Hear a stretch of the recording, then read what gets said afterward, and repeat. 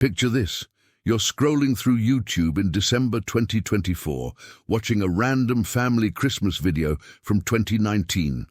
The algorithm suggests it based on your viewing history. 5 years old, 847 views, titled Christmas Morning 2019, The Johnson Family. Nothing special, just another suburban family in Phoenix, Arizona, unwrapping presents around a Douglas fir decorated with red and gold ornaments. The camera shakes slightly as someone's teenage daughter films her younger siblings tearing through wrapping paper. Laughter echoes in the background. The smell of cinnamon rolls probably fills their kitchen. But here's what you don't see happening behind the scenes. YouTube's Content ID system, the same technology that flags copyrighted music and identifies faces for automatic tagging suggestions, is running facial recognition scans on every frame of every video uploaded to the platform. Millions of faces processed per second, cross-referenced against databases you've never heard of. Most matches are harmless, suggesting you tag your cousin in a family barbecue video or helping law enforcement identify suspects in publicly posted security footage. At 2:47 minutes into the Johnson family video, the camera pans across their living room. In the background, partially obscured by a Christmas tree, stands a man in his early 50s. Grey hair, slight beard, wearing a navy blue sweater. He's holding a coffee mug, smiling at something off-camera. The footage captures him for exactly 3.2 seconds before the camera moves to focus on a child opening a Lego set. The man appears to be a family friend, maybe an uncle visiting for the holidays. Nothing remarkable about his presence, except the artificial intelligence sees something else entirely. The facial geometry measurements, the distance between his eyes, the shape of his jawline, the specific angle of his nose, all processed in milliseconds and compared against a database containing over 400,000 missing person cases dating back to 1960. The algorithm identifies 47 potential matches, then narrows it down using advanced biometric analysis. Bone structure doesn't lie, even when everything else about a person changes over decades. The system flags a 94.7% probability match with Kevin Matthews, age 16, last seen October 15, 1987, in Salem, Oregon, missing for 37 years. Case file, DRU 87 MLN 4483, Oregon State Police. Kevin was 5'8", 140 pounds, brown hair, green eyes. He wore a red plaid flannel shirt the day he vanished, paired with dark blue Levi's jeans and white Adidas sneakers with 3 black stripes. His backpack contained 2 textbooks, a calculator, and a half-eaten peanut butter sandwich wrapped in aluminum foil. The last person to see him alive was his English teacher, Mrs. Patricia Coleman, who watched him leave Jefferson High School at 3:15 p.m. on a Thursday afternoon. The AI detection happens automatically, but it takes 3 more months before a human analyst at the National Center for Missing and Exploited Children reviews the flagged match.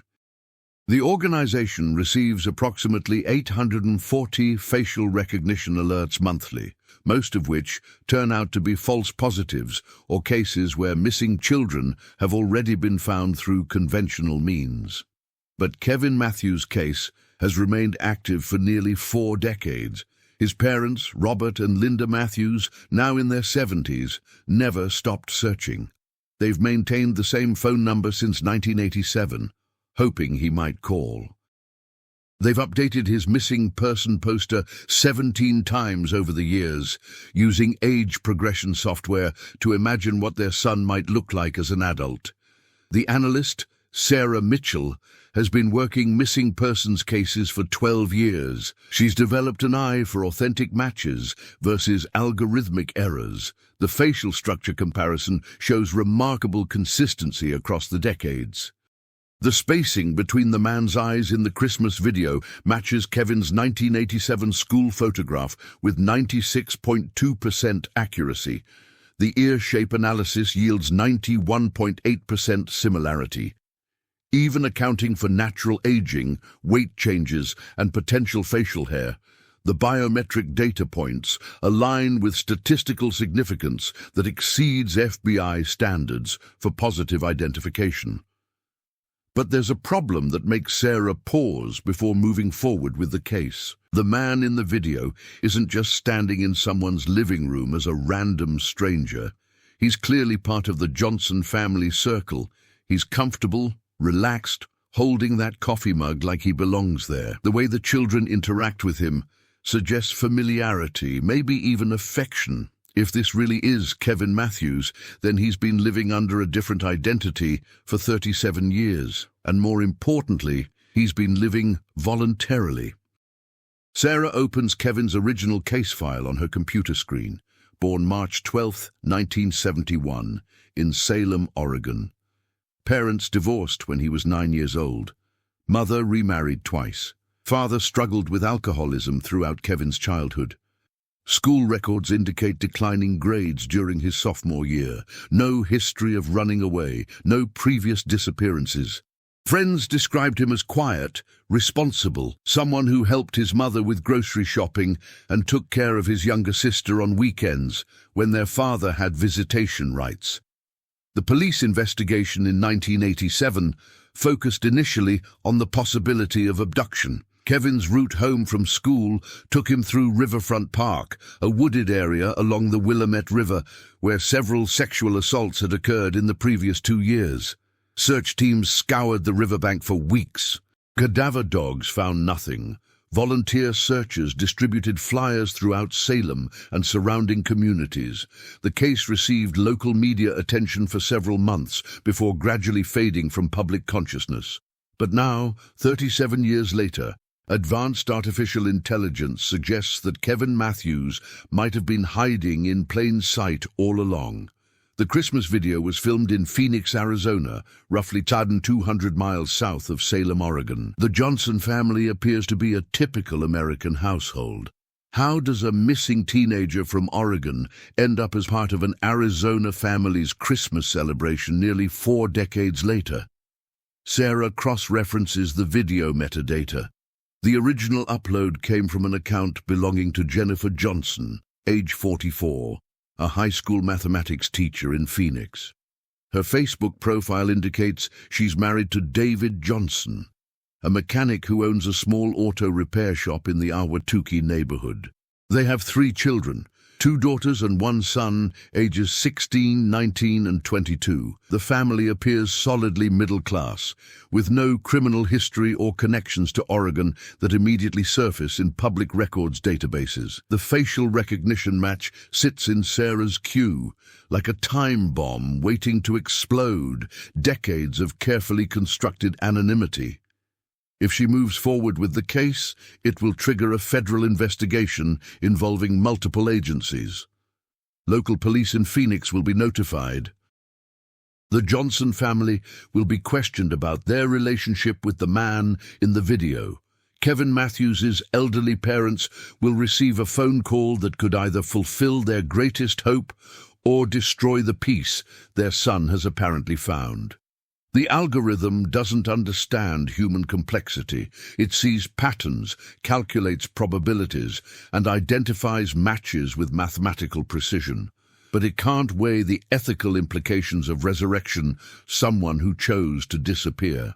It can't measure the emotional damage of forcing a reunion that one party might not want. The artificial intelligence simply reports what it sees. Kevin Matthews, missing since 1987, standing in a Phoenix living room on Christmas morning 2019, looking content and surrounded by people who seem to love him. Here's where the case gets complicated in ways that no algorithm could predict. Sarah Mitchell stares at her computer screen for 26 minutes without moving. The facial recognition software has provided her with a split-screen comparison. Kevin Matthews' 1987 high school yearbook photo on the left and an enhanced screenshot from the Christmas video on the right. The resemblance is undeniable when you know what to look for. The same distinctive cleft in the chin, the identical slight asymmetry in the eyebrows, the way his left ear sits just slightly higher than his right ear, a detail so specific that plastic surgery couldn't replicate it. She picks up her phone 3 times to call Detective Mike Holloway, her liaison at Phoenix PD, then sets it down each time. Protocol demands immediate notification to local law enforcement when a credible missing person match surfaces. The National Center for Missing and Exploited Children operates under strict federal guidelines that prioritize family reunification above all other considerations. But Sarah has been working these cases long enough to recognize when the system might cause more harm than healing. She opens a new browser tab and begins researching the Matthews family's history after Kevin's disappearance. The Salem Statesman Journal archived their coverage online dating back to 1985. She finds 17 articles about Kevin's case between 1987 and 1994, then sporadic follow-ups on significant anniversaries. The last substantial piece ran in 2017, marking the 30th anniversary of his disappearance. Robert Matthews, then 69 years old, told the reporter that he still checked his email every morning hoping for news about his son. The newspaper quotes Linda Matthews, saying she dreams about Kevin regularly, always as a 16-year-old boy wearing his red flannel shirt. She mentioned keeping his bedroom exactly as he left it, down to the Metallica poster on the wall and his half-completed geometry homework still sitting on the desk. The article includes a recent photograph of Kevin's parents standing in their living room, looking fragile and exhausted by decades of uncertainty. Sarah realizes she's about to either answer their prayers or shatter whatever peace they've managed to find in their grief. The facial recognition software doesn't account for the psychological impact of hope fulfilled after nearly 4 decades of anguish. It can't predict whether Robert and Linda Matthews are emotionally prepared to learn that their son has been alive all this time, living a completely different life, under a different name, apparently choosing never to contact them. She decides to dig deeper into the Phoenix connection before making any official notifications. Using advanced search parameters, she cross-references Johnson and Matthews in Arizona Public Records databases. No immediate family connections emerge. She expands her search to include employment records, property transactions, and marriage certificates dating back to 1987. Still nothing that would explain how a missing Oregon teenager ended up integrated into an Arizona family's life. The Christmas video provides additional clues when Sarah analyzes it, frame by frame. The man identified as potentially Kevin Matthews appears completely comfortable in the Johnson household. He knows where to find things, reaching into a specific kitchen cabinet to retrieve something for one of the children. He participates in what appears to be a family tradition of opening presents in a particular order, suggesting years of familiarity with their customs. Most telling of all, when Jennifer Johnson briefly addresses him during the video, she calls him Uncle Mike, and he responds with the easy familiarity of someone who's been part of their lives for years. Sarah calls the National Center's identity specialist, Dr. James Wellington, who specializes in assumed identity cases for missing persons investigations. Dr. Wellington reviews the behavioral patterns visible in the Christmas video. His analysis reveals someone who has been living under an assumed identity for an extended period, showing complete integration into a chosen family structure. The body language and social interactions suggest at least 15 to 20 years of consistent relationship building with the Johnson family. This behavioral evidence raises more questions than it answers. How does a 16-year-old from Salem, Oregon, disappear in 1987 and resurface 3 decades later as Uncle Mike, integrated into a Phoenix family's inner circle? The transformation implies careful planning, sustained effort, and resources that a runaway teenager typically wouldn't possess. It suggests someone helped Kevin Matthews not just disappear, but completely reinvent his identity and establish new family connections. Sarah requests additional analysis from the FBI's facial recognition unit at the Criminal Justice Information Services Division in West Virginia. The Bureau maintains the world's largest biometric database, including fingerprints, photographs, and DNA profiles from over 150 million individuals. Their next-generation identification system can process complex facial comparisons that account for aging, weight changes, facial hair, and even minor cosmetic alterations. The FBI analysis takes 6 days to complete. The results arrive in Sarah's secure email on a Tuesday morning in March 2025, exactly 3 months after the initial AI detection. The federal facial recognition specialists confirm the match with 97.4% probability. They've compared bone structure measurements, soft tissue analysis, and even micro-expressions captured in both the 1987 photograph and the 2019 video footage.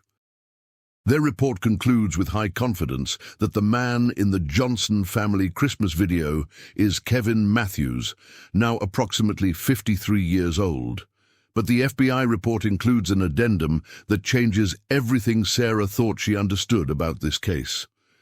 The fingerprint database search revealed something unexpected. The Social Security Administration has been paying disability benefits since 1989 to someone using Kevin Matthews' Social Security number. The payments have been deposited electronically into a Bank of America account registered to someone named Michael Thompson, with an address in Tucson, Arizona, approximately 120 miles southeast of Phoenix.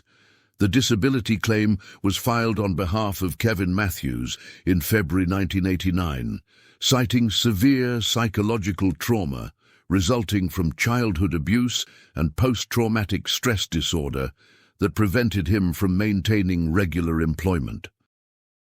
The claim included supporting documentation from a licensed psychologist in Tucson, Dr. Rachel Harrison, who treated someone presenting as Kevin Matthews for dissociative identity disorder and complex trauma symptoms between 1988 and 1992. Sarah's hands shake slightly as she reads the psychiatric evaluation summary.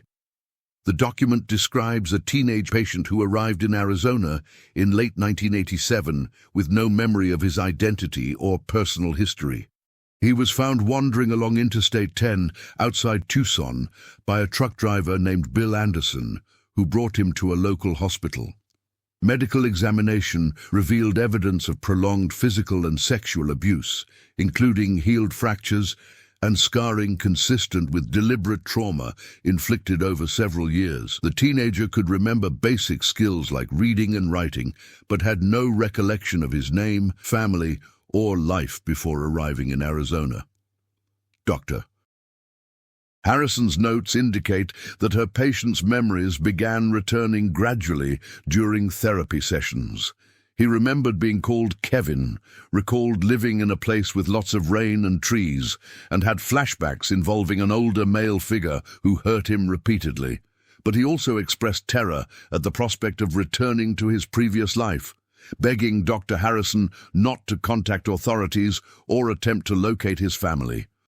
He believed, accurately or not, that going back to Oregon would mean returning to whoever had abused him. The psychiatric records reveal that Kevin, now calling himself Michael Thompson, was taken in by a Catholic charity organization that specialized in helping trafficking victims and traumatized youth.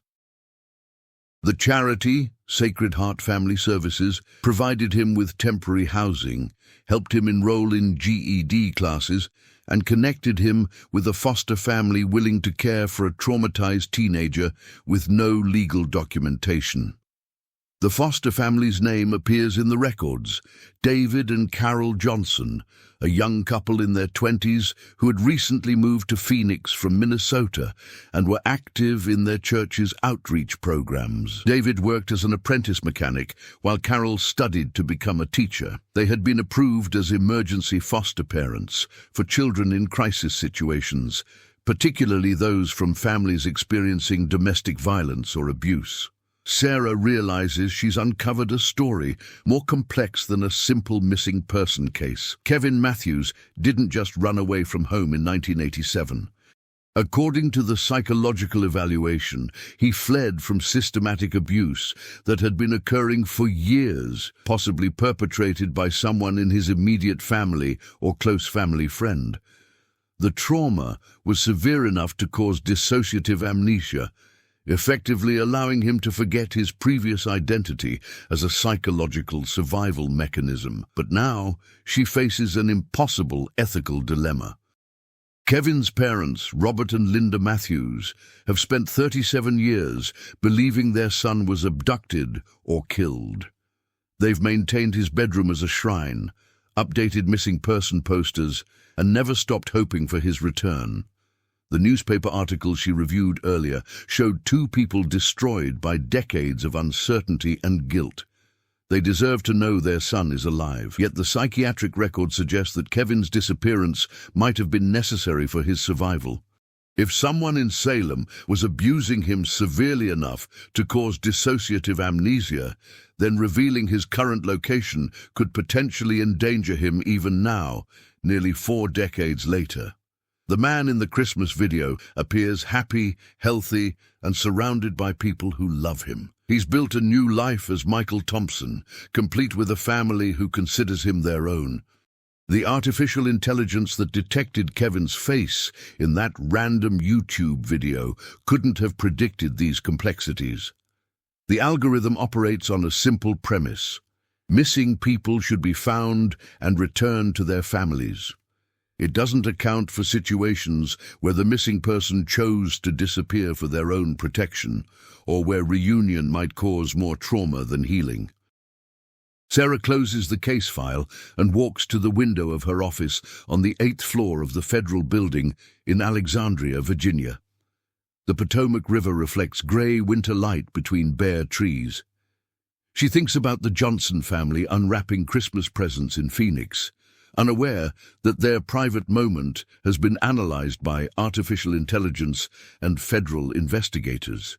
She thinks about Kevin Matthews's elderly parents in Salem, still waiting for news about their son. The technology that flagged this case represents a remarkable achievement in law enforcement and missing persons recovery. Facial recognition software has helped solve thousands of cases, reunited countless families, and brought closure to investigations that might have remained unsolved forever. But this case reveals the limitations of purely algorithmic solutions to human problems. Sometimes being found isn't the same as being saved. Here's what Sarah Mitchell decides to do with information that could change or destroy multiple lives across 2 states. Sarah Mitchell makes the most difficult decision of her 12-year career in missing persons recovery. Instead of immediately notifying Phoenix police or contacting the Matthews family in Salem, she chooses a third option that violates protocol but prioritizes human welfare over bureaucratic procedure. She decides to reach out directly to the man she believes is Kevin Matthews, now living as Michael Thompson, before anyone else learns about the AI detection. Using the address from the Social Security disability records, Sarah drives from Virginia to Arizona over a long weekend in late March 2025. She doesn't file travel authorization with her supervisor or log the trip in official case records. She pays for gas and hotels with her personal credit card, understanding that this unauthorized investigation could cost her job if discovered. But she also understands that once she triggers the official notification process, control of the situation will pass to local law enforcement and federal agents who follow procedures rather than human judgment.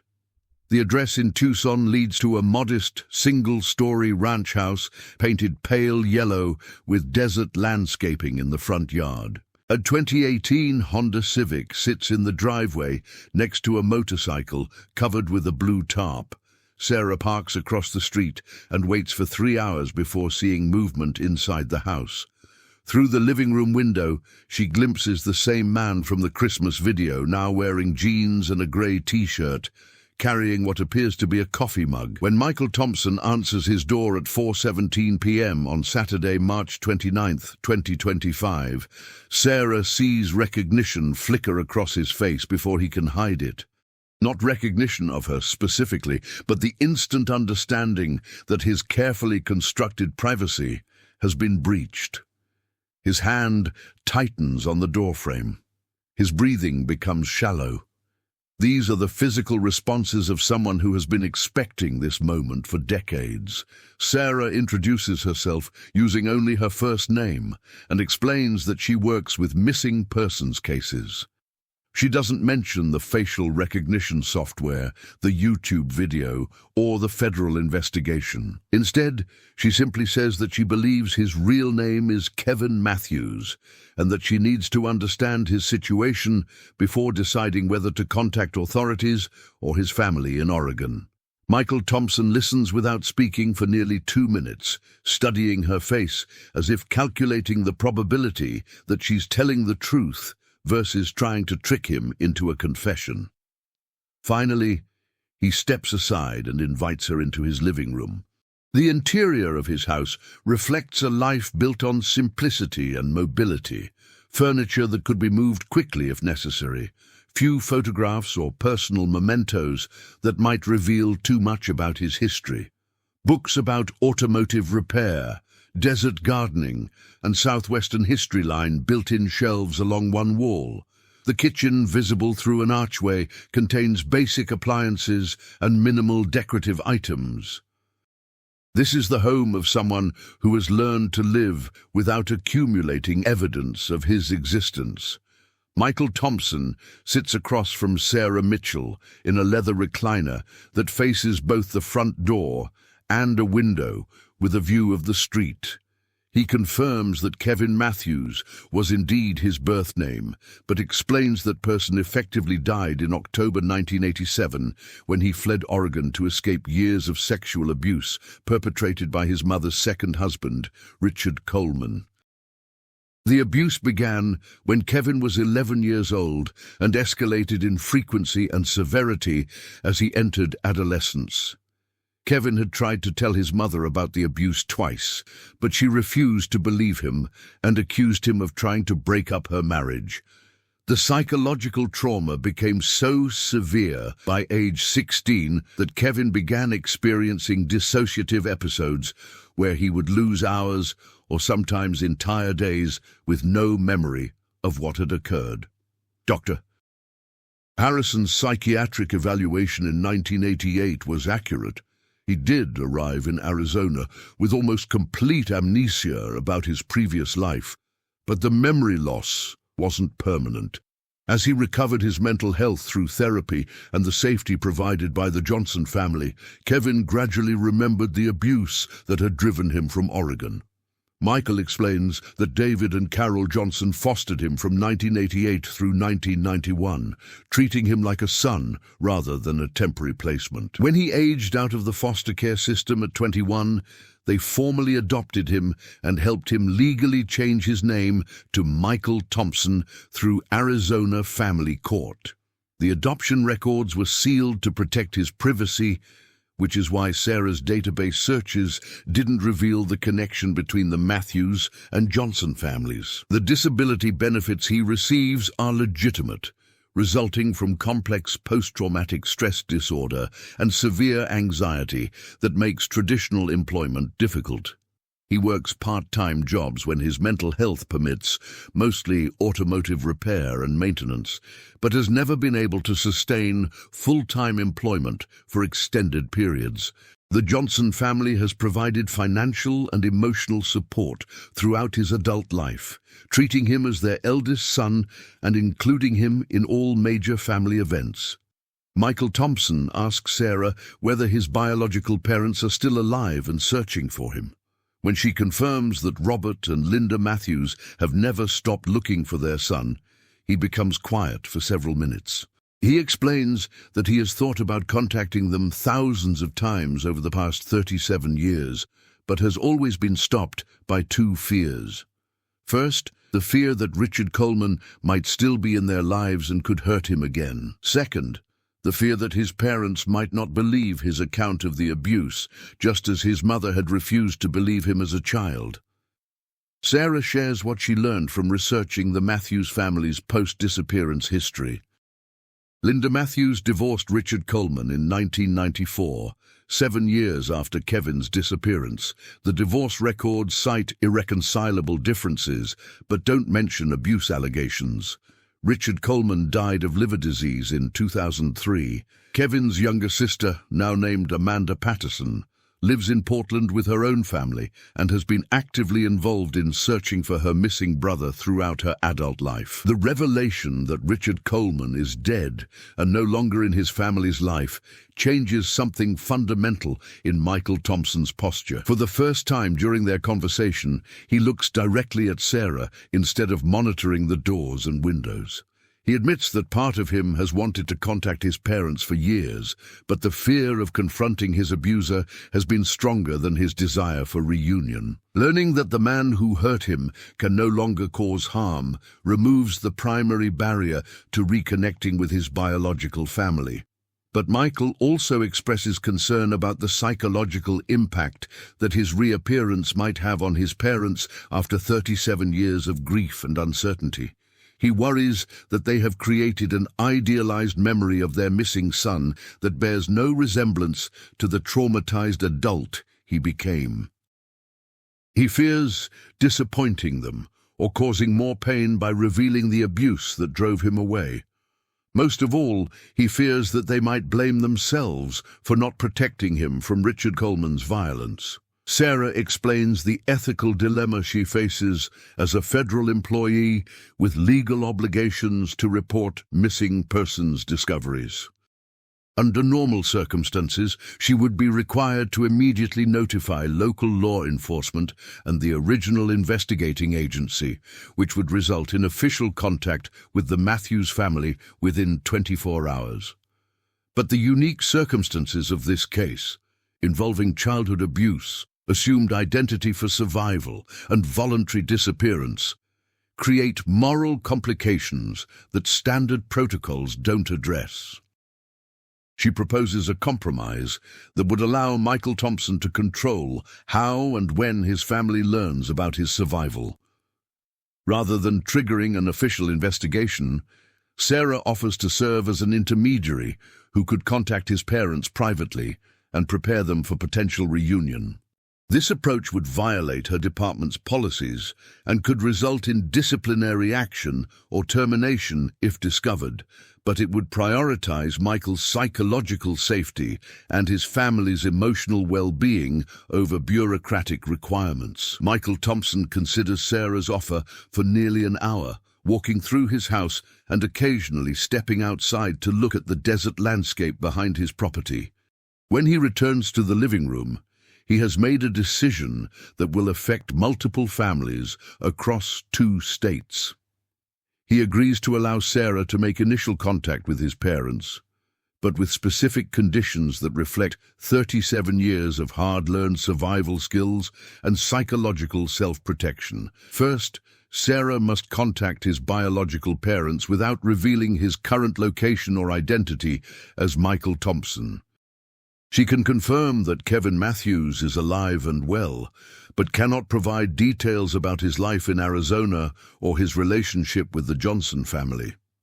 Second, any potential reunion must happen gradually and on Michael's terms, with multiple opportunities for him to withdraw from the process if he feels unsafe or overwhelmed. Third, his adoptive family, David, Jennifer, and their children, must be protected from any investigation or media attention that might result from revealing his survival. Sarah agrees to these conditions, understanding that they represent reasonable boundaries for someone who has spent nearly 4 decades protecting himself from trauma. She promises to handle the initial contact with extraordinary care and to prioritize Michael's psychological safety throughout any reunion process. They exchange phone numbers and agree to maintain regular communication as she navigates the complex process of reconnecting a missing person with his family without destroying the new life he has built. As Sarah drives back to Virginia, She reflects on the limitations of the artificial intelligence system that detected Kevin Matthews in a random YouTube video. The facial recognition software could identify him with remarkable accuracy, but it couldn't understand the human complexity behind his disappearance.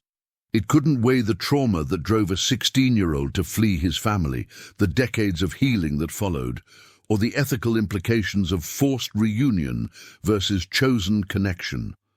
The case challenges fundamental assumptions about missing persons recovery and family reunification.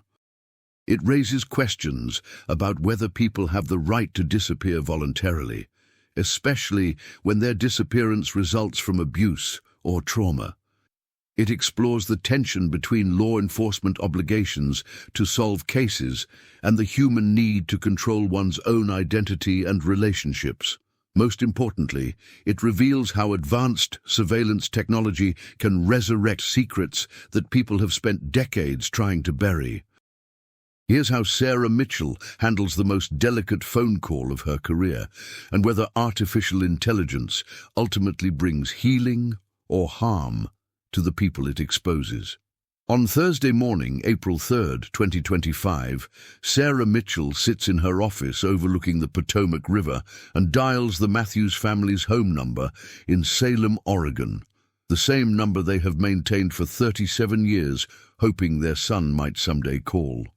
Linda Matthews answers on the second ring, with a voice that sounds cautious but hopeful, as if she has been practicing for this moment her entire adult life. Sarah identifies herself as a specialist with the National Center for Missing and Exploited Children and explains that she has information about Kevin Matthews' case. She speaks slowly and carefully, understanding that every word she chooses will either provide comfort or cause devastation. She explains that new technology has provided credible evidence that Kevin is alive and living under a different identity, but that the circumstances of his disappearance were more complex than originally understood. Linda Matthews becomes silent for nearly 30 seconds before asking the question that has haunted her for decades: whether Kevin disappeared voluntarily or was taken against his will. Sarah explains, with permission from Michael Thompson, that Kevin fled Oregon in 1987 to escape ongoing abuse from a family member.